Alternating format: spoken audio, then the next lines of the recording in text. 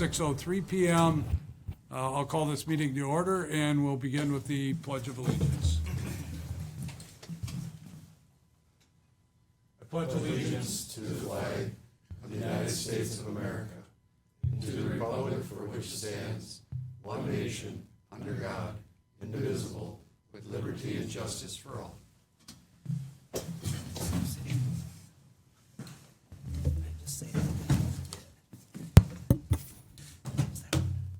Okay, and we'll have Barb read the clerk's open meeting statement for us.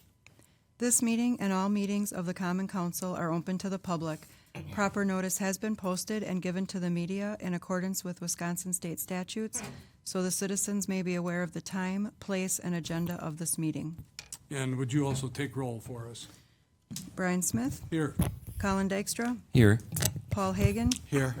Henry Veliker, Here. Scott Perchatsky, Here. Dave Peterson, Here. Paul Mayo, Here.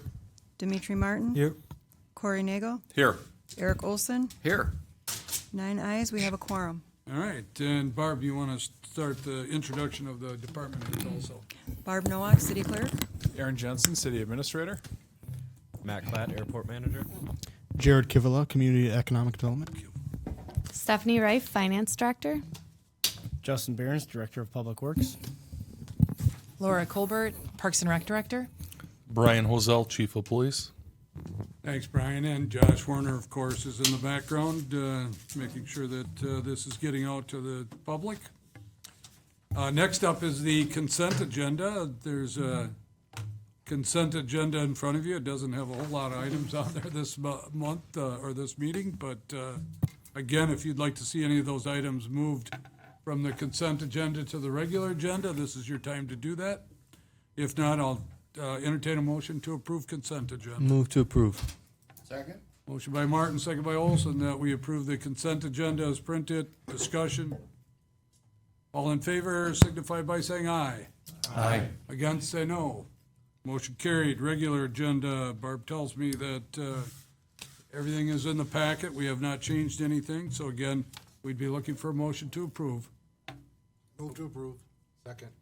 Motion by Peterson, second by Hagan, that we approve the regular agenda as printed. Any discussion? All in favor signify by saying aye. Aye.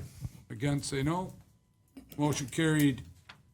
Under non-agenda items, announcements and correspondence, we have public input. If there's anybody that would like to speak to the council about a non-agenda item, please give your name and address. Step up to the podium, give your name and address, and limit your time to 3 minutes or less. Anybody that would like to give any public input? Is this for us too? Yeah, absolutely.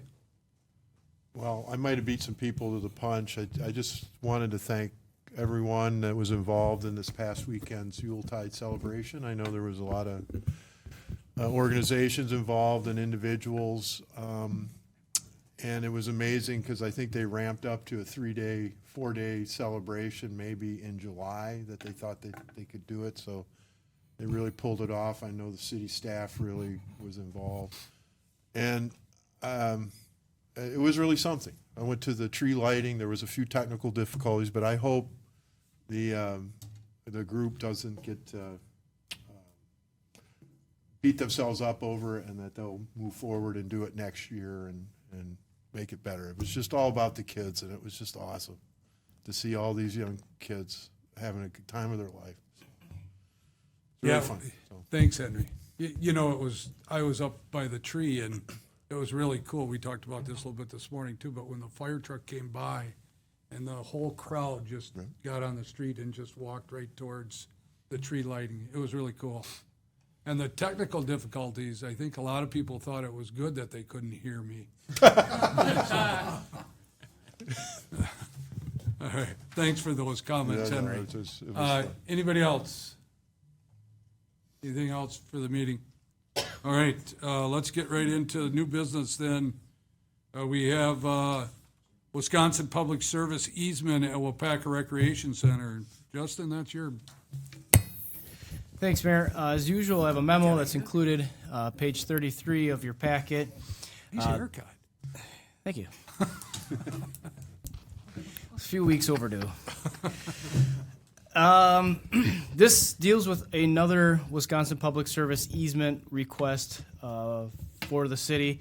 This one is at the rec center. So if you can scroll down to 37, like usual, they have an easement agreement and a temporary exhibit. So why this one is being proposed is this is in correlation with that development that is going in at the corner of Badger and State. They are putting some lines underground to accommodate that development. The service for the rec center comes off that overhead line, so they're putting ours underground as well. So they'll need this easement. Most of what you're showing right there, will be bored under the ground, so the pavement will not be disturbed, with the exception of near the big green box in the back. We'll have to have a hole there to, I guess, start and finish off the work. So the driveway back there will be shut down when they do this work for a day, possibly two. And like usual, it's a thing where we need to agree to this, and they will finalize and update this easement and record it with the county once they are done. There is no cost to us for this improvement, and it will give us a more reliable electrical service.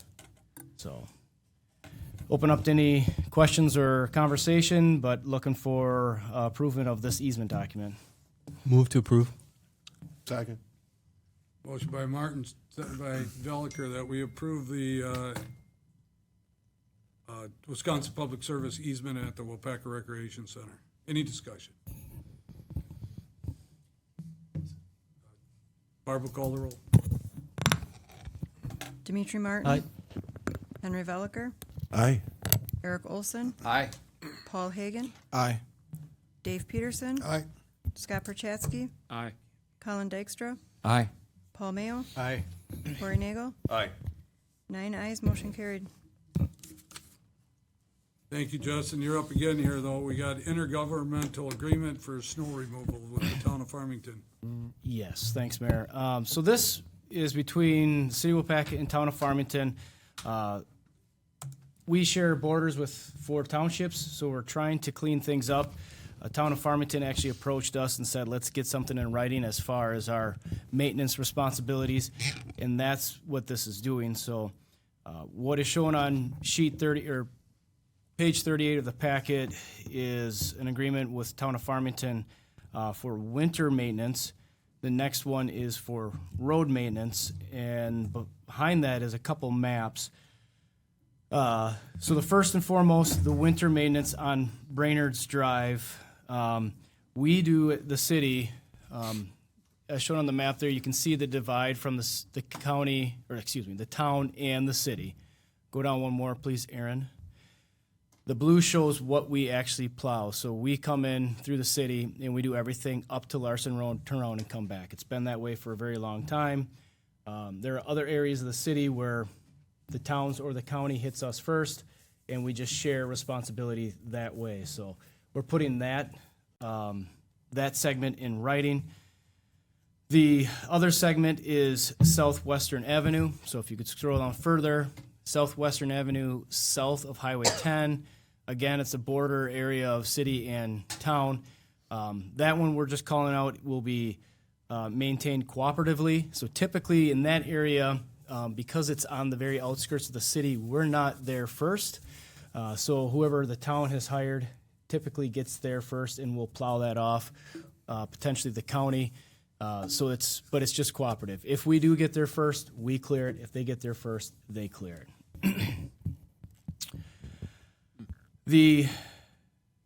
The road maintenance side of it is somewhat similar. So on Brainerd's, it's different. We are drawing that hard line of everything north of Thomas Trail is town of Farmington. South in the Swan Park is City of Waupaca, and we will just follow the jurisdictional lines with road projects. We have partnered with the town before. We've done some seal coating and some other things. And we've just worked with them and just divided it up based on the lines, what is needed, and have cost shared. So basically, again, we're just putting it in writing so the next group of employees going down the road can have these things on hand and get through these agreements quicker. We have any road projects planned for any of these? We do. I was gonna wait a little bit, but yes, Southwestern Avenue is on our next year plan, so it'll be forthcoming. Okay. All right. Anybody have any questions? All right, we'd be looking for an agreement, oh, I'm sorry, Colin, go ahead. What does the limit of winter maintenance responsibility mean? Are you referring just to snow? If something happens underneath the ground there, do we have to repair it? Winter maintenance is clearing of snow, so That's all. we would plow it off. If we have to, we apply sand and salt. Okay, Nothing with like pothole repair. That's road maintenance. okay, thank you. Anybody else? Motion? Move to approve. Second. Motion by Hagan, second by Olson, that we approve intergovernmental agreement for snow removal with the town of Farmington. Any discussion? Barbara, call the roll. Paul Hagan, Aye. Scott Perchatsky, Aye. Paul Mayo, Aye. Corey Nagel, Aye. Eric Olson, Aye. Colin Dykstra, Aye. Dave Peterson, Aye. Henry Veliker, Aye. Dimitri Martin. Aye. 9 ayes, motion carried. Thank you, Justin. You're welcome. Okay, next up, we have ordinance number 15-2023. It's an ordinance amending section 3.05 of the municipal code relating to purchases, appropriations, and payroll. This is a first reading, and this is brought forward by Aaron. Thank you, Mayor Smith. Council members, on page 44 of your packet, you'll see a memo that explains the consideration here. Again, this is a first reading. Happy to answer any questions now or leading into the second reading. But this is with our procurement policy, really since 2020 specifically, and I know there's been some times prior to that for other reasons, but since 2020, we've seen a lot of supply chain challenges that have led to long lead times in certain things, specifically vehicles, that have led staff to come forward and ask for us to use 3 written quotes instead of a request for proposals or a sealed bid process. And that has happened probably 3 or 4 times that I can remember. It happened actually recently. So we wanted to take a look at this actual portion of our ordinance. And what we found in doing a little bit of research is that when you match up our ordinance with state statutes, it's a little inconsistent. And then when I talked to other municipalities, the other municipalities that I spoke to are largely in line with what the state statute says. And the difference is that our ordinance currently requires a sealed bid process for anything over $25,000. The state statutes requires that a sealed bid process is for anything that is considered public construction over $25,000. So the things that we have been kind of asking for that exception to has been largely equipment type purchases, vehicles, squad cars. I know a tractor for the cemetery recently, and this is just a consideration to change it to simply add the term public construction. So. Anything over $25,000 that would meet the definition of public construction per statute, we would still continue to go through the sealed bid process as required, but it would allow us to be a little more flexible and timely on those like equipment type purchases or anything outside of that category. Now, we still would have to get the 3 quotes. We'd still have to get 3 competitive quotes. Also, we could use this like a Sourcewell or a cooperative purchasing agency in lieu of those 3 quotes. So nothing else really changes there, but that is really the gist of what this suggested change would be. And again, it's for consideration and happy to answer any questions. I believe I have a clean version first and then a marked up version second, or a red version second.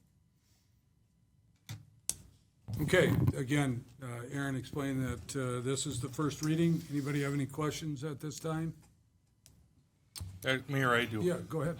How does that change, or how does that work with certain business has the state bid for that product? Example, like the squad cars. So that would be like the cooperative purchasing agency or the source well, that would fall in line there. And our ordinance has always actually had that in there. At the very bottom, it does state, So we would continue to operate the same way, correct? yeah, cooperative purchasing agencies or other government purchasing programs may be utilized in lieu of through written quotes or proposals. Yeah. Thank you. Yep. Anybody else have any questions? Dave does.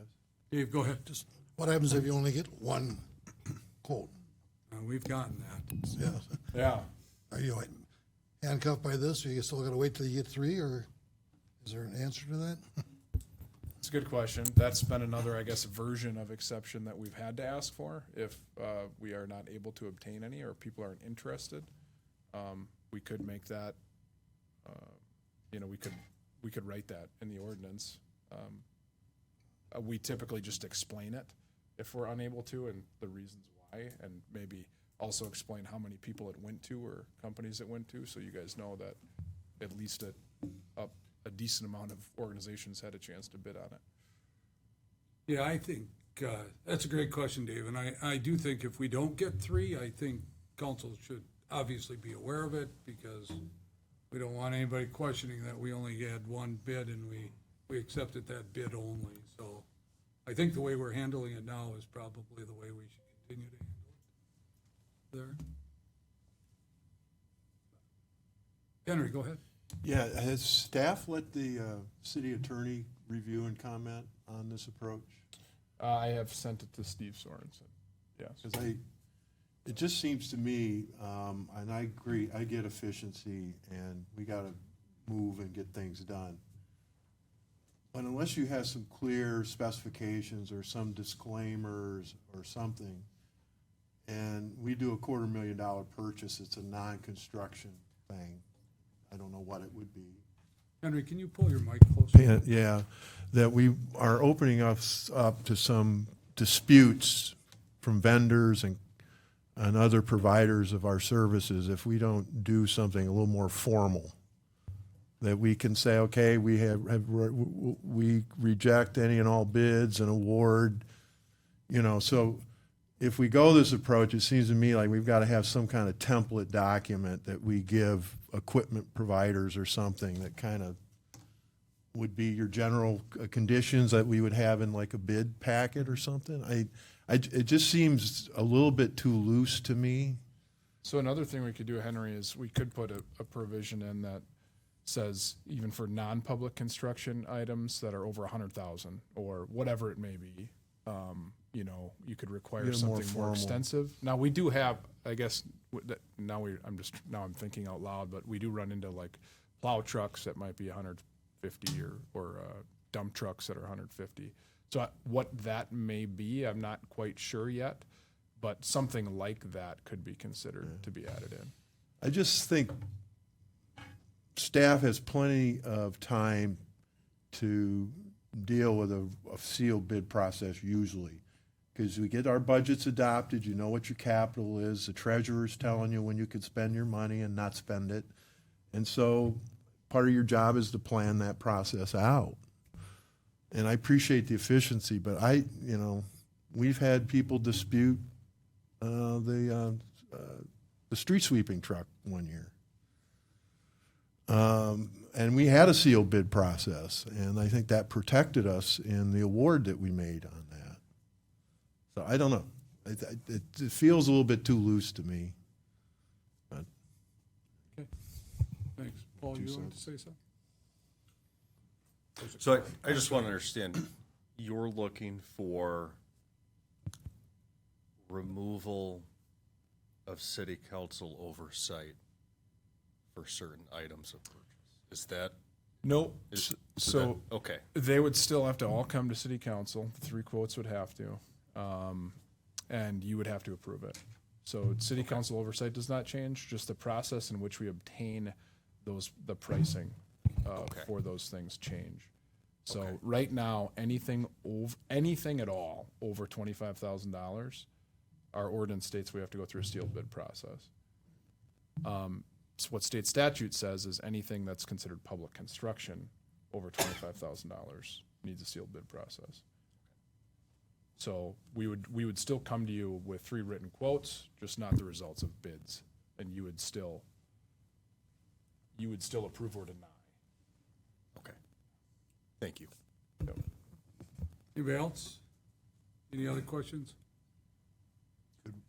Yeah, go ahead. Could we just raise the limit on non-construction projects to give some flexibility to the staff? I mean, you can't buy a piece of equipment anymore for under $100,000, it seems like. But I don't know. So what do you? That was my reaction to our decision last month. We got 3 good written quotes, and that was fine, and I think we got a good price, and the department got what they needed. But we violated our ordinance, because it wasn't a sealed bid, and all I was suggesting is that number's an older number, just raise it to 50,000, be done with it. Or something like that was sort of where I was thinking, where we still ensure competitiveness and we have a solid process if we ever get called on our decisions by a vendor. So that would absolutely be an option. I think that goes to the what we kind of just talked about I just threw out 100,000. So we could, now what we couldn't do is we can't raise, the 25,000 public construction. That's a state law. That's a state law, that stays. But if we wanted to set a different mark that's a little higher for non-public construction, absolutely we can do that. And it would still improve things. What would be an from an example? I'm trying to figure out what would be an example that would make, I mean, the difference between a $50,000 piece of equipment or a $100,000 piece of equipment. What would the example be that would make that where you would want it to be sealed versus just getting 3 bids? I'm just asking. Well, let's say we're gonna buy a snowplow, right? The street department specs out the equipment, right? And normally they would put that in a bid packet or buy it off a state contract or something. That's your cooperative purchase where you wouldn't have to get a sealed bid, but, where you're creating the spec sheet anyways that you're gonna give and they're gonna quote.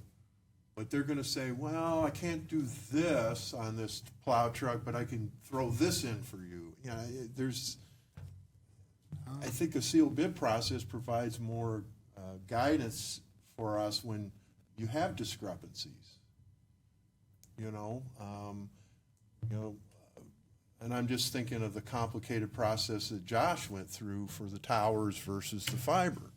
It was very well thought out, and he constructed a packet, and it was laid out real well.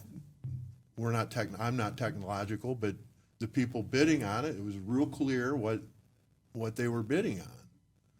So there was not a potential dispute, and that could, that was a big project. But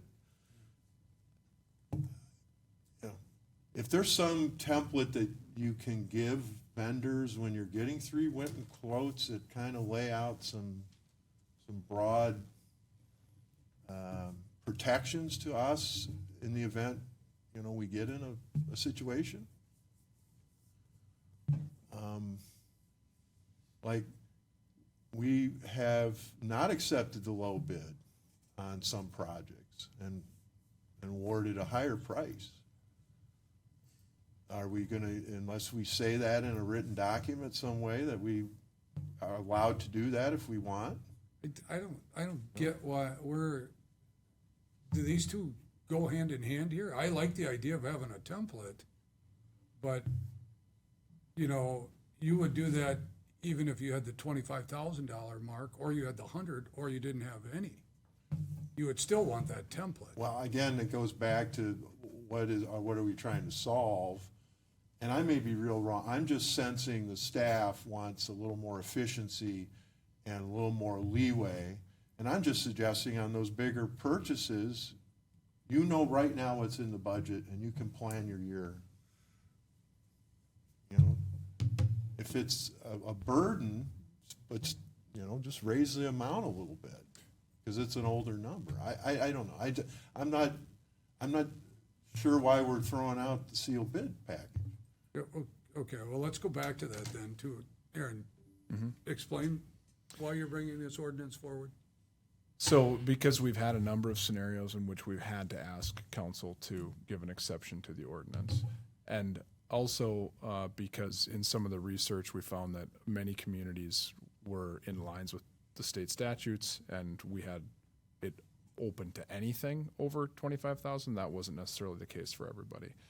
Now, I think Henry's points are good points. I mean, I think, and this is why we have first readings, I think we can and should potentially, if there's concern over protecting the city in a sticky situation like that where there was accusations of something, we should absolutely see what we can do to build in the structure to protect against that. And I can do that, and I will do that between now and the next reading. And maybe it's something that it's a suggestion from an attorney. Maybe it's something a little more research with other municipalities to see what else is out there, but I'd be happy to look into that. Well, I think the attorney probably should weigh in on it, you know, where Oh, absolutely. we potentially opening ourselves up to some disputes. Yeah. Because we're trying to gain some efficiency. Well, and I kind of looked at it maybe a little differently than you, Henry, when it was presented to me. It's not just efficiency, but if they have to wait a couple weeks for council to approve it, what happens if we lose out on that bid? You know what I'm saying? I mean, what if the amount changes?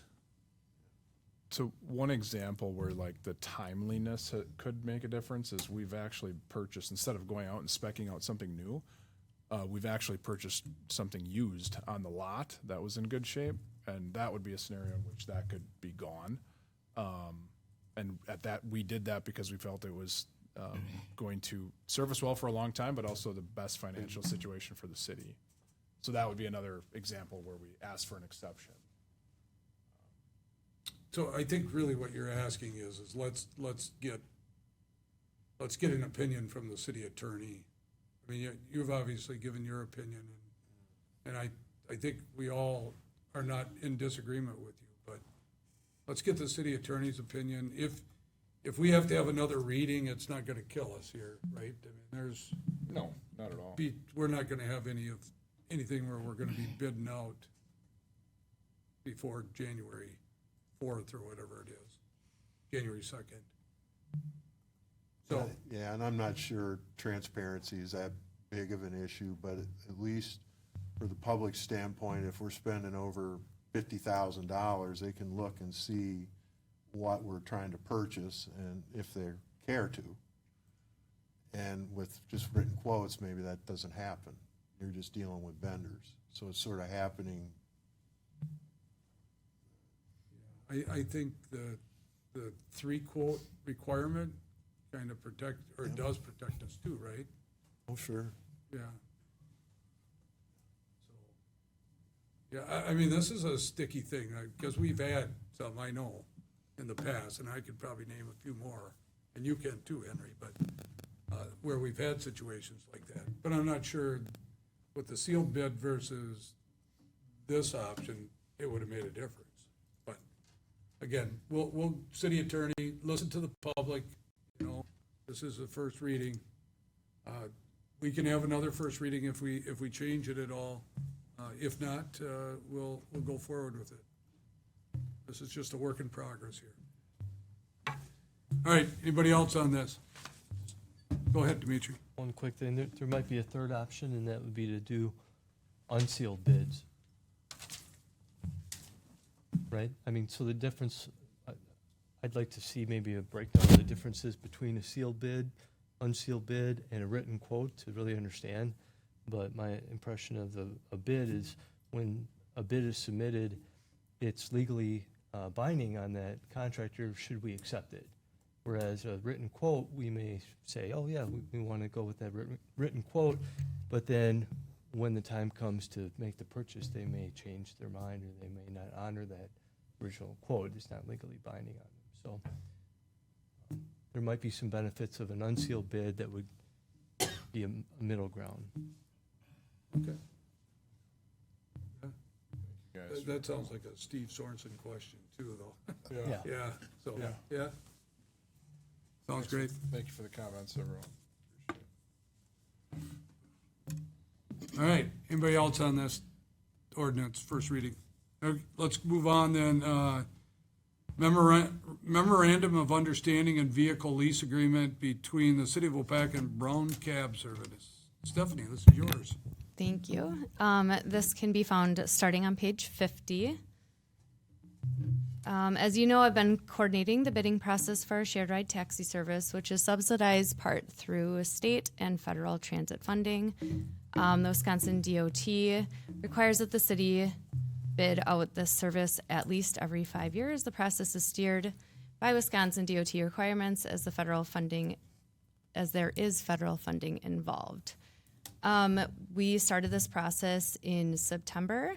We received 2 proposals, one from our current provider, Brown Cab Service, and the second from LIR Transportation out of Fox Valley, or AKA Fox Valley Cab. The RFP outlined an initial 2-year contract with 3 one-year renewals. The 2 years to begin with is a fixed rate for both of the years, and then the 3 years to follow are tied to the CPI factor determined through WSDOT at a later date. We had an evaluation committee that met and scored the proposals individually on October 17th. The proposals were scored based on a weighted scoring with a maximum of 100 points. As you can see, there's the scoring on page, now I'm back here, just the page below. Or page under, I should say, same on page 50. Brown Cab did come in with a total score of 89.75, and the following came in at a score of 37.62. With the proposed shared ride taxi contract, the prices will increase with Brown Cab from $36.36 to $39.96, or about 10% increase. The added expense will be offset by the proposed fare increases and projected increase in the 5311 funds, which are tied to a percentage of overall costs. There will be a public hearing addressing the fare increases set to take place at the council meeting on January 2nd.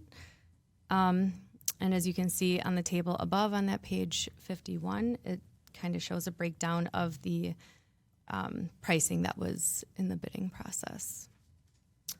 You can see attached below is the actual contract from Brown Cab with the city.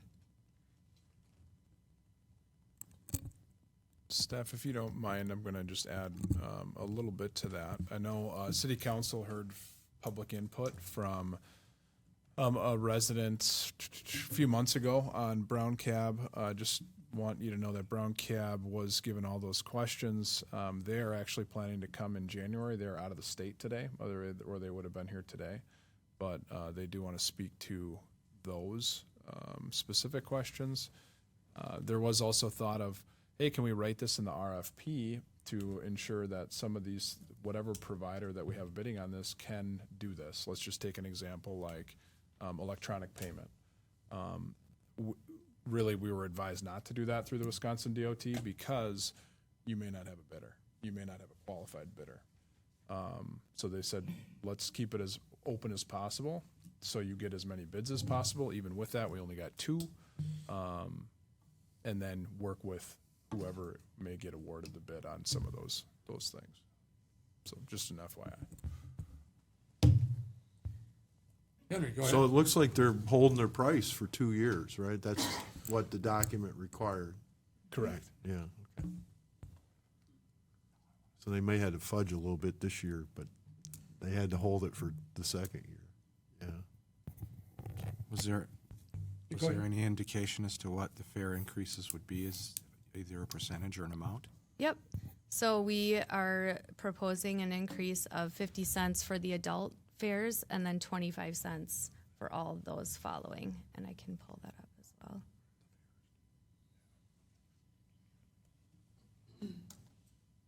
Anybody else? So, let me ask this then. Are we, if we have to have a public hearing, are we putting cart before the horse here by agreeing to this memorandum, or are they two different things?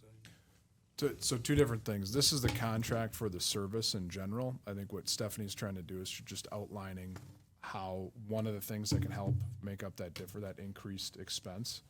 So this is the contract with Brown Cab, and the public hearing will be about the rates? Just to set the Correct. fares. Yep. correct, Okay. Yeah. Okay, gotcha. Anybody have any questions? All right, so the recommendation is to approve entering into an agreement with Brown Cab Service Incorporated. I'll make that motion. Motion by Veliker, I'll second it. second by Hagan, that we approve the memorandum of understanding and vehicle lease agreement between the City of Waupaca and Brown Cab Service Incorporated. So I just want to, sorry, Mayor, I just want to make sure we have that listed right on the, because this is the contract. Oh. Memorandum of understanding and lease agreement. This is listed wrong on the agenda.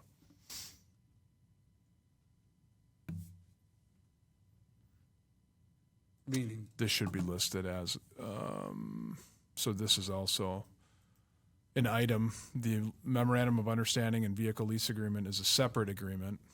This is the contract for, I would table this because I think this should be listed on the agenda differently. And I should have caught this when I reviewed the agenda. Henry, you okay with taking back your motion? Yeah, I guess this is germane. Does It it is. affect their ability to well, we have another meeting in December, right? Nope. No. I mean, we could do it January 2nd, right? Is it going to make that big of a difference, Steph? It will not because it's the same provider. We can extend the contract, like temporarily extend it. Again. Yeah. It's we just wanna 2 do it- days. We want to do it right. So if we don't have it on here that we have there's a contract, if it just says memorandum of understanding. So you're okay with rescinding it? Paul, you're okay with the second? All right, so we're going to just table this till January 2nd. All right, next up, appointment of election inspectors for a 2-year term, January 1st, 2024 through December 31st, 2025. This is you, Barb. Thank you, Mayor. My memo can be found on page 57. Every 2 years, we have to approve the list of election inspectors every even year. Both of the political parties, the Democrat and Republican, have submitted some nominees for that by the deadline, and those are on the pages following the memo.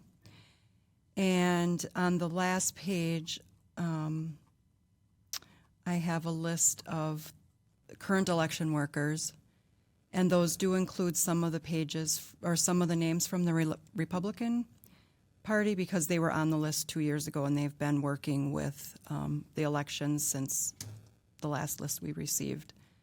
And then there's the letter from the Republicans and the Democrats that they wanted this list submitted. So I just need an approval of the Democratic, Republican, and the current unaffiliated election inspector listing for the next 2 years. Which is on, what page here? Is it on page 62? Okay. Yep, that's the last So page. that of- would be all of them. That would be all of the current ones we have. I didn't add the Republican and Democrats that are new. So there's a couple on the Republican list that are new on the page before that. So if you scroll- Okay. So we're looking at page 61. Yep, so those, and where it says duplicate, those are on the next page because they were on the list 2 years ago. Okay. And then there's one more before that one, so that would be on page 59. There's one on that list. Okay. All right. And I have contacted most of them. I didn't hear back from all of them, but they are interested and they were contacted to be on the list, so. Good enough. So Barb is looking for a motion to approve the listing of election workers. Move to approve. Second. Motion by Olson, second by Peterson, that council approves the Democratic election inspector listing and the Republican inspector listing and the unaffiliated election inspectors listing for a 2-year term from January 1st, 2021 through December 31st, 2025. Discussion? All in favor signify by saying aye. Aye. Against, say no. Motion carried. Next up is page 63. This is operator's license, bartender's license. We have one individual on there. We need a motion to approve. Move to approve license report number 1651. Second. Motion by Veliker, second by Prochatsky, that we approve license report 1651. Any discussion? All in favor signify by saying aye. Aye. Against, say no. Motion carried. License report number 1652. This is taxi vehicles. This is just the actual license on each one of our vehicles that we have that Brown Cab is using. This is a requirement on an annual basis. So again, we'd be looking for a motion to approve this license report. Move to approve license report 1652. Second. Motion by Olson, second by Peterson, that we approve license report number 1652. All in favor signify by saying aye. Aye. Against, motion carried. Next up, 1653, these are taxi cab drivers. These are on an annual basis also, and that's why you're seeing this large list here. Again, we would need a motion to approve. Move to approve. Second. Motion by Hagan, second by Veliker, that we approve license report number 1653. Any discussion? All in favor signify by saying aye. Aye. Against, say no. Motion carried. Dance hall permits. Dance hall permit, these are on annual basis where, you know, a lot of our bar-related things are on a fiscal. This one is on an annual basis. That's why you're seeing so many on this agenda. So again, we just need a motion to approve these. Move to approve report 1654. Second. Motion by Peterson, second by Dykstra, that we approve license report number 1654. This is for dance hall permits. Any discussion? All in favor signify by saying aye. Aye. Against, say no. Motion carried. Let's see, we're down to communications and recommendations of the mayor. At this time, again, and I reported this at the last meeting, we do not plan on having the council meeting on December 19th as a Christmas present to all. I think that's subject to call, obviously, if we have something that we need to get done. But as of now, we have nothing. So we feel comfortable with just going forward and having our next meeting on January 2nd, which is the first Tuesday in January. And then I know also that City Planning Commission is not going to hold a meeting. If you're on City Planning Commission, they are not going to hold a meeting in January. They are tomorrow, but they're not. So that would be January 3rd. That one's canceled or moved to the February meeting. Okay? Anybody else have anything for the good of the meeting? Probably not going to see any of you again, so Merry Christmas. Have a great holiday. Stay safe. Pray for snow here. Thank you. Paul, motion by Hagan, Second. by Olson. All in, to adjourn. All in favor signify by saying aye. Aye. Against, say no. Motion carried. We're adjourned at 6:47. Yeah, I was close.